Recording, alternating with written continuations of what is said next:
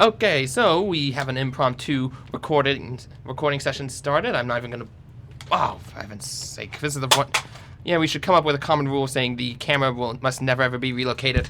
So it falls off of the monitor all the time. Yeah, it falls off the monitor all the time and we make a mess in the core. It's not meant to stay. And the wire management in this place is a mess already. So as we were saying, so Mark Webber is going to go out of his racing career in absolute style because he's just won the championship title for Porsche at the 6 hours of Shanghai. Now there is some interesting news in the Le Mans. In the Grand Tour Pro class, that class has been won by none other than Audrey Parlou and Harry Tincknell of Ford GT. Ooh, the Ford GT, such a beautiful supercar. Exactly. And there are two of them racing in Le Mans, and racing in the World Endurance Championship, and they took first and second positions in their class. They are beautiful. Absolutely, beautiful that is cars. Indeed. So, hurrah for Andy Proyle, Harry Tincknell, Stefan Mucko, and Olivier Pla for making America proud.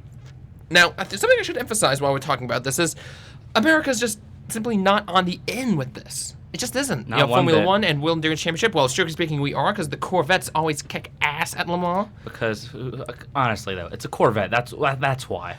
Yeah, exactly. But the point is, most Americans probably don't know that there is an American team kicking ass in the World Series. But I also think that America doesn't know how good their own cars are. I mean, we have one of the best engines in the entire world, the Chevy LS engine. Well, let me tell you this.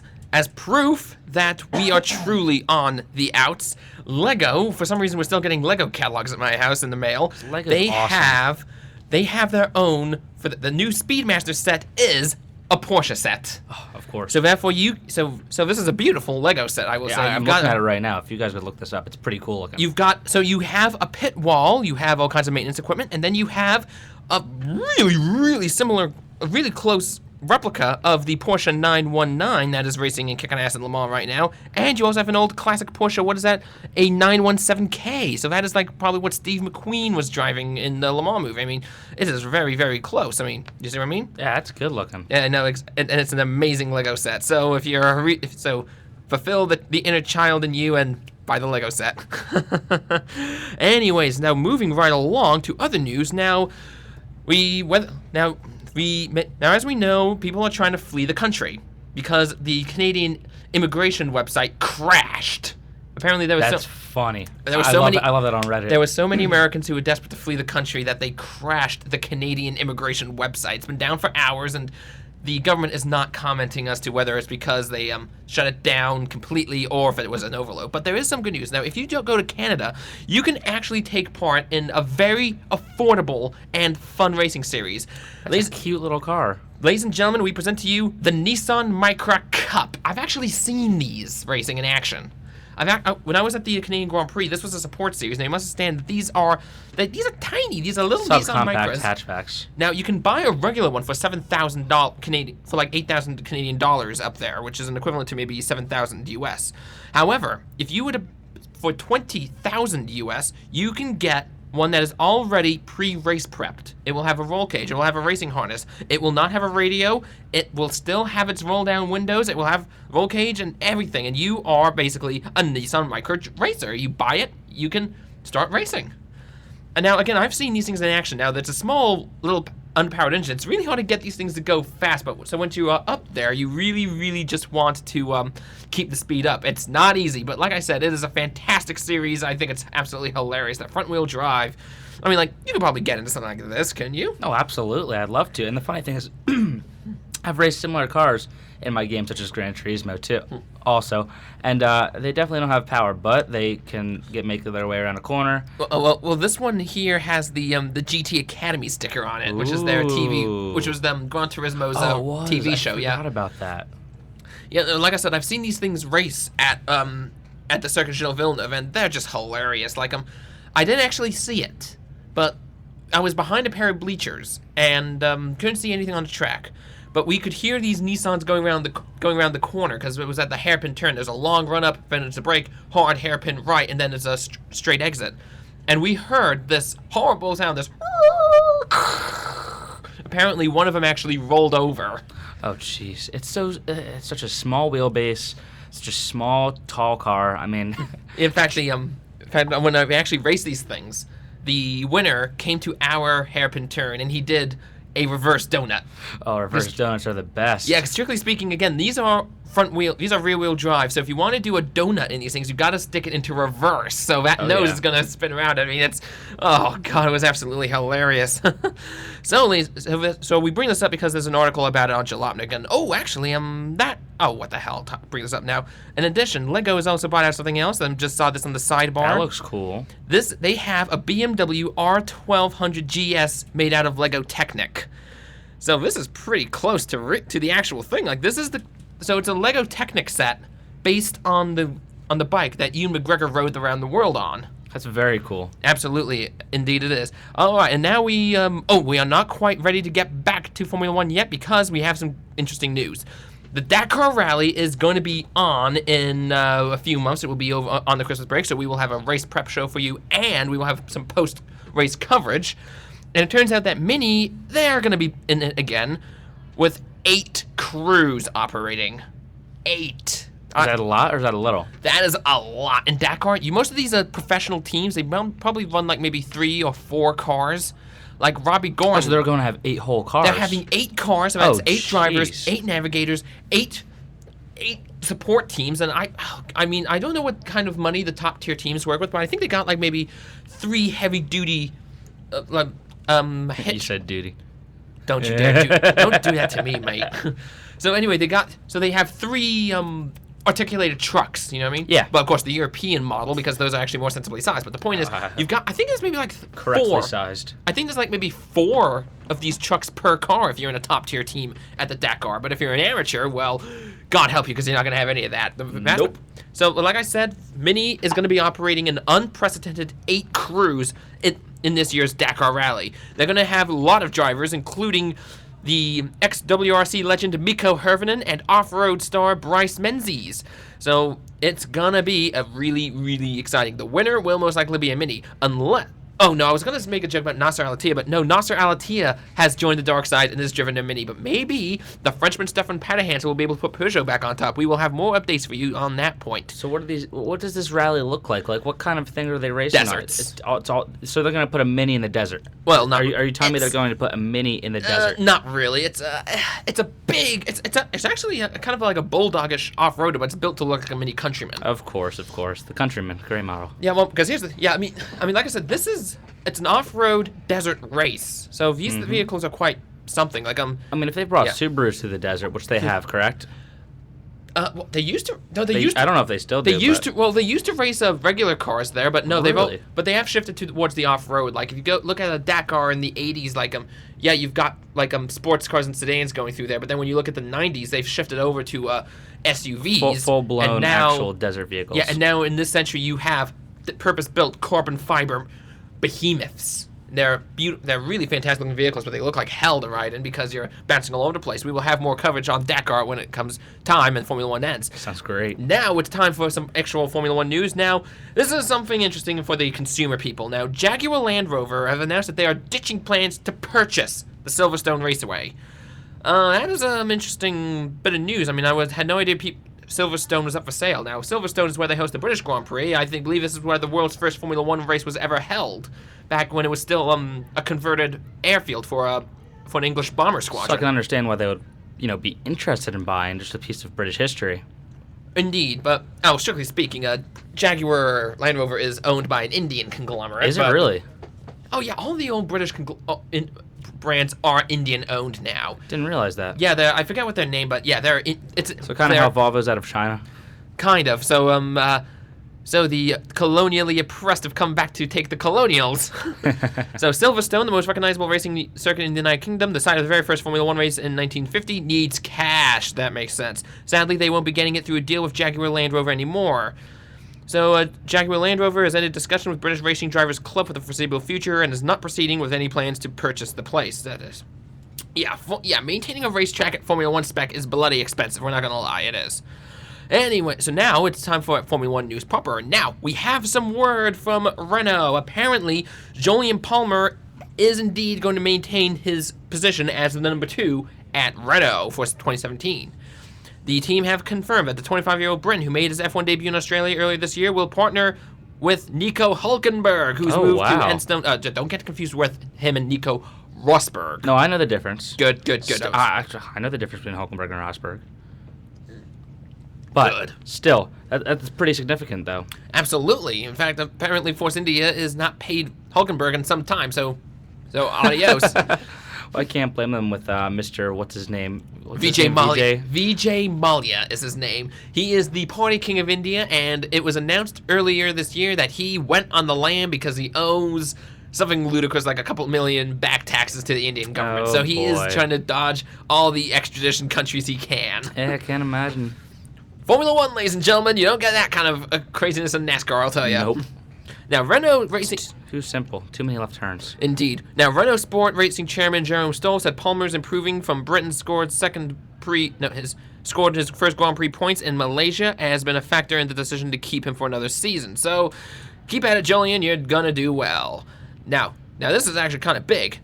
Williams, the oldest name in British household racing. Sorry, it is the oldest household name in British racing, and in fact, its founder is still alive, barely. Sir Frank Williams is wheelchair-bound. He has to wear the leather gloves for some reason, and his daughter, Claire Williams, is now the team principal. Turns out they have decided to sign on rookie driver Lance Stroll, a teenager. So here we go. So the pros, according to F1.com, make no mistake, Stroll is an extremely talented driver. No one wins 3 championships in 3 years in 3 different categories by accident, but perhaps what impressed Williams most was the way in which he won his latest title, the competitive FIA European Formula 3 Championship, the series from which Max Verstappen graduated straight to F1 from 30 races. From 30 races, Stroll took 14 wins, 10 more than the next best driver, 14 poles, 11 fast laps, and 20 podiums to secure the coveted crown by a record margin. That's ridiculously huge of a gap. And yeah, it is huge. Now, Formula 3, the cars are tiny, and if you go onto the Formula 3 website, you will see that the entire grid, they're all kids. Oh, yeah. They are all kids. Gotta start 'em early. Indeed, and yeah, so if you can get into Formula 3, like that is the first hurdle to getting up to Formula 1 or professional racing in general. Now, some potential cons are his age. Let's see, well, how old is he? Stroll F1 behind Max Verstappen. It's not actually giving me his age, but the guy is apparently young, because here's the thing, when Max Verstappen got his seat at Toro Rosso at the age of 17, the FIA said, okay, we'll accept it, but if you want any more teenagers, they have to be 18. Because apparently they were not getting happy with that many so young teenagers in these events. Now, relative inexperience. Now, he may have shared... Oh, here's something interesting. He shared a prototype sports car in the Daytona 24 Hours, finishing an impressive 5th. So, again, this guy, he's pretty good, so we will see Seems what like happens. it. Yeah, because Felipe Massa, whose seat he's taking over, has decided to retire.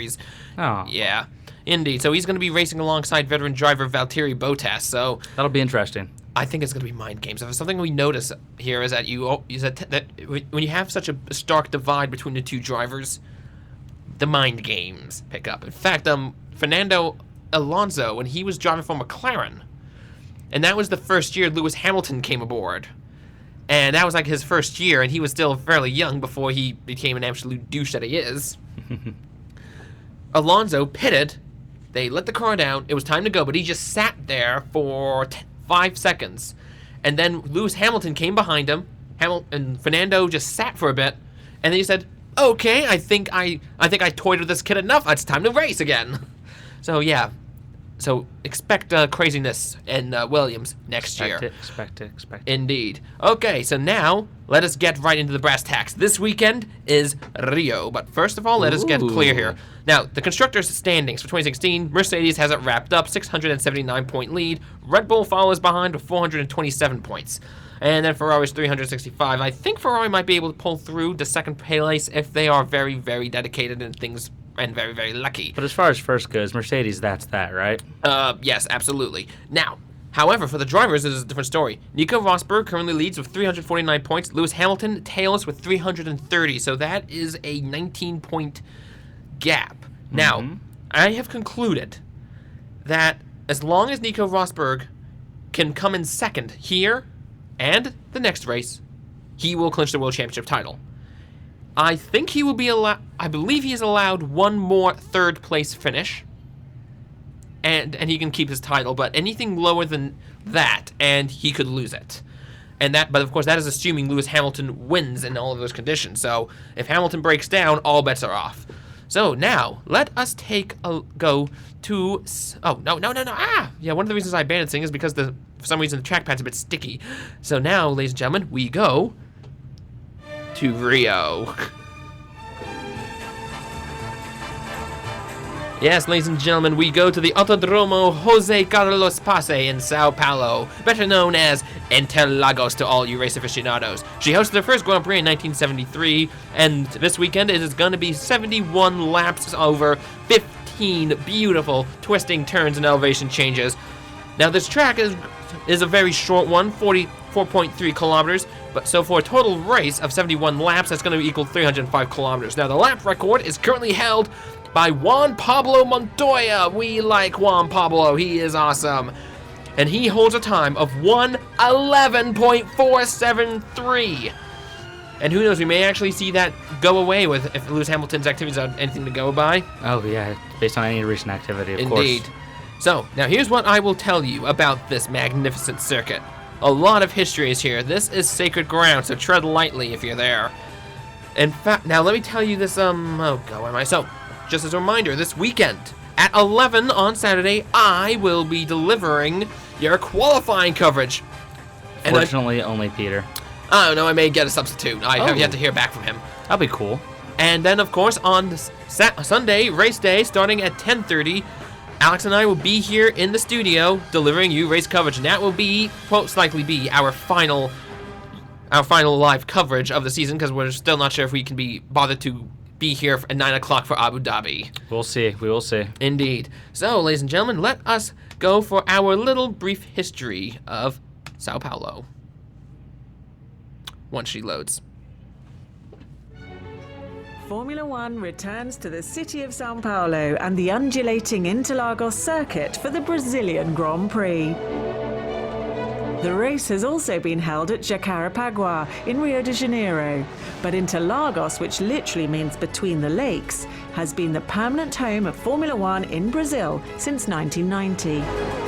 The first 3 Grand Prix here were won by Brazilians, Emerson Fittipaldi twice and Jose Carlos Pace, whom the circuit is now named after following his death in 1977.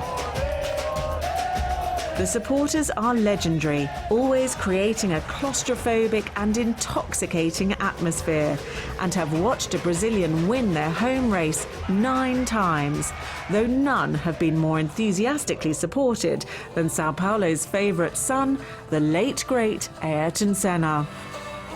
Senna's first win at Interlagos in 1991 was the most emotional. Leading for much of the race, heartbreak was on the cards as his McLaren lost half its gears with 2 laps to go. Wild with emotion and waving at officials to stop the race as rain began to fall, Senna somehow wrestled his car to the finish. He's happy, ladies and gentlemen, as you can hear. Leaving him so physically and emotionally exhausted, he was barely able to lift the trophy on the podium.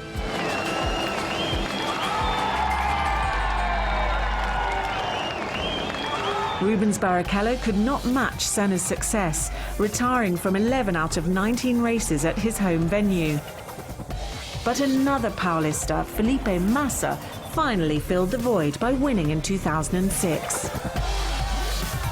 But Brazilian hearts were broken in 2008, as for half a minute it looked as if Massa had become world champion, only for Lewis Hamilton to pass Timo Glock at the end of the final lap to win it by just a single point. Whoa. They punched the wall. They were so angry about that. And of the current field, only Massa, Sebastian Vettel and Nico Rosberg have won more than once, with Kimi Räikkönen and Jenson Button also putting their name on the winners' list. Räikkönen and Button both claimed their world championships here.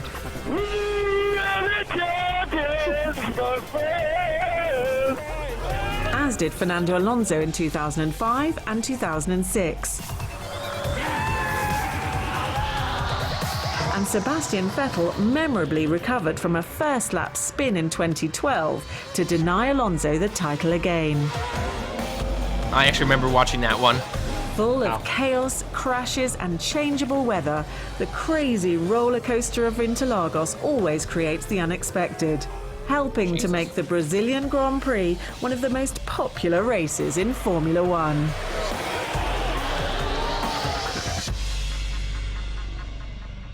Now, let me tell you, this place is extremely changeable. See, because I would imagine that a lot of places in South America just have precarious weather conditions. Absolutely, I know they do. Yeah, exactly. And here, if it rains, it is amazing. Like, the laps just get so unpredictable because the turns are so tight. Now, let me see. Is there anything worthwhile here? Vettel recovers from the first lap spin. Anything? No, we don't have to look at anything too in-depth. It was pretty impressive how that native Brazilian guy finished on half of his gears. Oh, no, that moment was absolutely legend. Like, that was Ayrton Senna. He'd won multiple races. He was Brazil's chosen son, and everybody said, even though, like, people were saying, yes, he is going to be the greatest driver of all time. But he never won his own Grand Prix, and that was his first time he did it. So, yeah, the car was stuck in fifth gear. That was the story I was told. It was stuck in fifth gear, and he was wrestling this thing, and it was so awful that when he pulled him out of the car, he was saying to everyone, please, don't touch me, don't touch me. Like, everybody is so passionate. They want to hug him, saying, you did it. He goes, please, don't touch me. Because if they did, he was suffering from such severe muscle spasms that any kind of physical contact just tortured the poor man. Oh. And then, of course, he endured the pain, lifted that trophy above his head, lifted the flag, and he was in absolute pain. And, oh, God, that was great. He did it. He did it. He done did it. In fact, when he was killed at Imola, and they brought his body home, it was like the biggest state funeral in history. Like 2 million people were in attendance in the streets. He was buried. It was a state funeral, so he had a military honor guard, and Alitalia, the airliner for Italy, they basically approached his wife and said, We offer to waive all regulations regarding the transportation of caskets, and we're going to take your husband home. And then she says, no, I want a Brazilian plane to take him home. And I believe the Brazilian Air Force dispatched a plane to take him back. He was such an influence down there. So anyways, ladies and gentlemen, it is time to focus on now. So we are now going to turn over to our technical correspondent, the great David Coulthard. Take it away, David. The penultimate race of the season sees Formula One head back to Brazil for round 20 of the World Championship.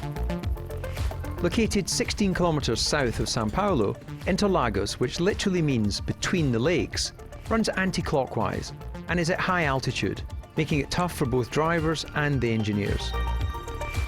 15 corners, elevation change and a great atmosphere all make this a very special Grand Prix. And while there's been no Brazilian world champion since Ayrton Senna, passion of the local fans remains as strong as ever. The atmosphere on race day is fantastic, with supporters almost tribal in their appreciation of their heroes. Let's go for a lap with two-time winner Sebastian Vettel. Okay, ladies and gentlemen, we're now on board Sebastian Vettel. He is now at 325 kilometers per hour as he comes out of the final corner, and he goes across the line, and the lap begins. He's at 320, and he breaks all the way down to 120, but he still goes on a hard, tight right and left. If that goes into tight right, and then it feeds instantly into a long but tight left. He gets back on the power. He's on the main straight. He's at 320 kilometers per hour, 330, and suddenly he breaks down hard down to 150 for a really short, tight left sweeper, and that feeds into another slight left. He's on the power again. 220 kilometers, 90 kilometers per hour, down to 200 for a double apex right, and then that's going to feed very soon into another right, and that's at 90 kilometers per hour, and then that's going to feed into a hard downhill left, and he's still in excess of 100 kilometers per hour, and then it's going to feed onto a right, and the track goes uphill, but it's going to and then this tight right turn was uphill all the way, and now suddenly he goes on a left, dives downward. And now he comes to the final corner. He's at 140, 130, hard left, and now he's going to get back into power, and on full power, he takes the turn left, another left, and it just sweeps on a long, beautiful left. He's flying, he's free at 290 kilometers per hour. He's about to come to the final corner, and he's still on full power, 320 kilometers per hour, and then he goes across the line. Very intense lap. Indeed it is. So like I said, the track confines are tight. And the cars can be so unpredictable that sometimes you're going to have collisions. I was going to say, I can't imagine, just that one car taking up the parts of the track. I can't imagine a whole bunch of cars trying to make it off that line, There'll be all 22 of scrambling them. for first. There are going to be 22 of them, exactly. But, Jeez. and don't forget, it has a tendency to rain here, so therefore you can expect chaos. In fact, I forget which one it was. I think it was like 2008 maybe, where the cars were out and the rain came, but apparently all the cars were going out at the same corner. But it was fine. You know, they went off, they went into the dirt, it's fine. So drivers get out and they lift the cars up and put it on the other side. They were not actually prepared for it was a freak thing, because normally cars don't go out on that one particular corner, so therefore you ended up having all of these expensive Formula One cars on this grassy knoll just getting lined up. In fact, and now interesting factoid about here in America, one of our commentators, David Hobbs, a former driver, and he also owns his own network of Honda car dealers in Milwaukee, I believe. And so this was when still on Speed, and Bob Varsha, after they cut back from commercials, says, "Ladies and gentlemen," and then there's the shot of all these cars lined up on this grassy knoll. "Welcome to David Hobbs' used car lot." All right, so ladies and gentlemen, we will be broadcasting to you this weekend, 11 o'clock on Saturday for qualifying, and 10:30 for pre-race coverage on Sunday, and we will be here for you. Oh, yes. Okay, and that wraps it up for Formula One. We still have a while to go. Now, so we will... I discovered this completely by accident. Kodak, you remember Kodak? Oh, yeah, I remember Kodak. Well, turns out they have decided to make a smartphone. The Kodak Extra. Oh, it's so cool. Wait, is this the one I'm thinking of? Wait, no, that's not the one I was thinking of. It looks good. Oh, yeah, I think they really decided to go for a retro look, so it's, I can't believe they're jumping back in the game. What do you mean?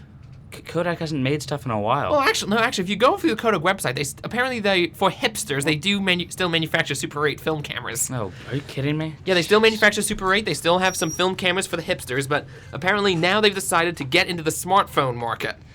So the new Kodak Extra smartphone, it's very thin, but it has a circular bezel at the end. So it's going to have its own shutter button. It's going to have a 21 megapixel sensor. Let me pull up the full specs for you. So this is a phone, you're saying? This is a phone, yes. So it's going to have a 21 megapixel main camera with Kodak special non-reflective lens coating. It's going to have optical image stabilization with autofocus, a 13 megapixel front-facing camera, phase detection auto and HDR imaging, 4K video capturing, and it's going to have 3 gigs of RAM, 4 gigs video capture, and 32 gigs of memory with an expandable card. Now, the interesting thing is, first of all, like I said, this phone is definitely supposed to be retro. Like, if you look at it from the front, it looks like an old camera. It's going to have its own dedicated shutter button, and it's going to have a hole for a lanyard. And you should see the leather cases that they are selling to go along with it. That's pretty funny. They have actual camera cases, like... I see real camera cases, but this is funny. I think it has a very good mix between a retro and a very modern look. Not rugged, but just, like, very... It's leather. It's leather bound. Exactly. So it looks leather. Happy, like a wallet. Like it's holding your possessions and beautiful things. It's like an old camera from the 30s almost, but it's actually a smartphone. It's a smartphone. Wow. It's a smartphone, but it looks like a camera from the 30s. I think it's brilliant, personally. Now, I do wish that they had an optical zoom on it. You know what I mean? Yeah, that would be nice. But here's one thing. It's using the Helio X20, which is a MediaTek processor. That's usually used on lower-end Chinese phones. So they didn't spring for a higher-end, Qualcomm chip like the 820. Yeah, I see. Interesting. Well, like I said, for my purposes, I think it will do me just fine. Like, I don't know, if this thing comes out and turns out to be good, I might consider it, because I will say this, I am a photographer at heart, and one of the reasons why I switched to LG was because I thought I had the best camera controls. And that is correct, it does. I'd say with the manual control at the time that it was released, absolutely. Indeed, I know. Like I said, I think it's absolutely amazing. All right, so that's all I have. What else is there in the world? Don't fall over now. Well, in the world, we have a few things. I could keep on raving about the Google Pixel if I wanted to, as I do every week. It's a pretty good-looking phone, but that being said, it can't fill in the shadow of the legend that was the Galaxy Note 7. That cannot be replaced until hopefully the Galaxy S8 comes out, which is hopefully going to have a close to bezel-less display. I'm not sure about that. I think Samsung is in serious trouble. How come? Well, first of all, you got the exploding phones. Yeah. Apparently, they're also recalling their top-load washer machine. So I think that, and my mom read somewhere about the fridges getting recalled as well. Maybe she got confused, but no, I think I heard about fridges too. Oh, well, yeah, the company is in trouble. Quality control is not too good at the moment, because don't forget, first their phones exploded, now I think they're... Oh, you don't suppose that the washing machines and fridges are exploding as well, the do you? washing machine was exploding due to a certain frequency that it would hit while it was on this certain spin cycle that would drive the whole inside, just tear it all apart. Wait, are you kidding me? It was destroying itself with a resonance cascade. Yeah. It was blowing itself up with resonance oh my god. Yeah, so here's the thing. It's funny. So they said anybody using these washers at the time, please use them on the eco setting, which spins them slower. Which I think it's pretty funny. But here's the thing, though, about Samsung. I mean, how do you do that? Like, how... Companies messed up. They just so happen to do a whole lot of it at once. Yeah. And they were also trying to cover up the washing machine thing, too. But it didn't happen. It didn't work. It's out. The secret's out. But in the case of the Note 7... I think it was something crazy. Over 70%, maybe closer to 80% of the people that traded back in their Note 7 ended up with another Samsung phone. Mm-hmm. So they really haven't lost much of customer base. And the funny thing is then there's also been other people saying, there are a couple iPhones that blew up. But, I mean, that happens every couple of years.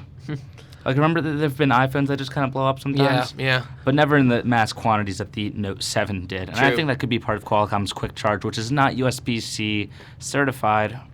Well, I just remembered something, and maybe Samsung won't be in too much trouble as it is, because I just remembered they do make tanks. Oh, my God. Samsung make tanks, people.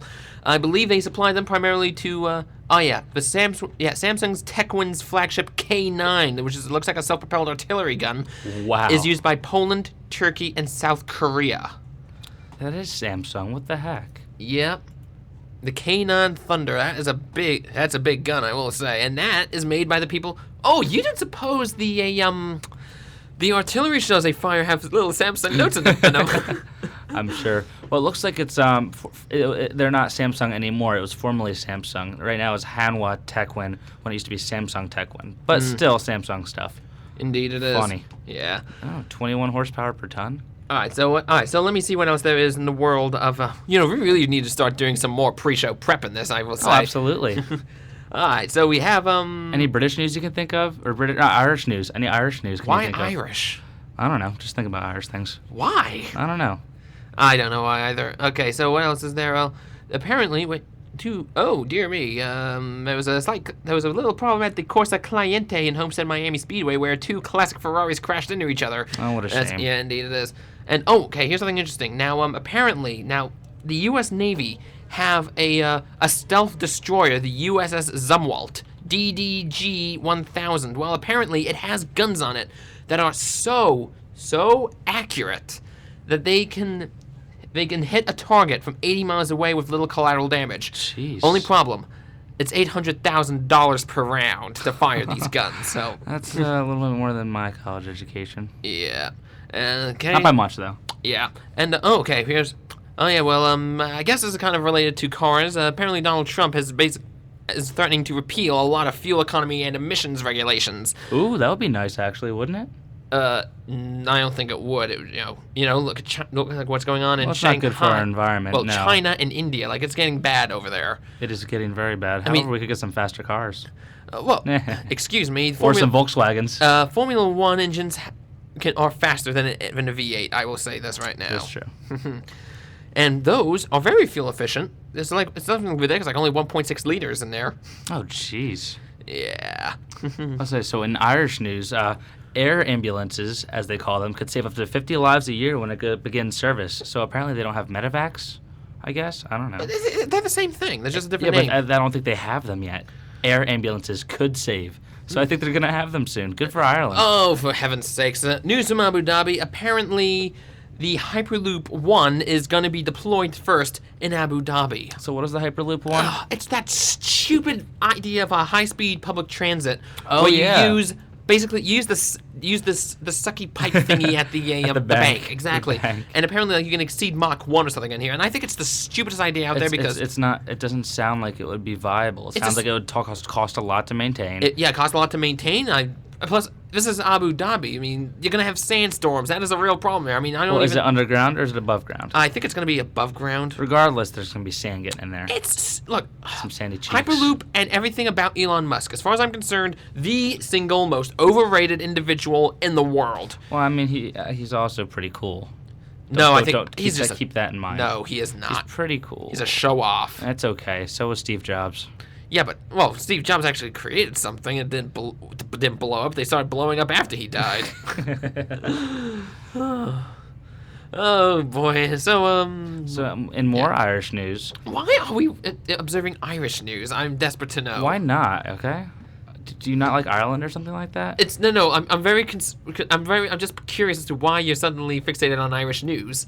Some of my Irish friends walked by, Oh really? but they're gone now. They're not even in the Duck anymore. Oh.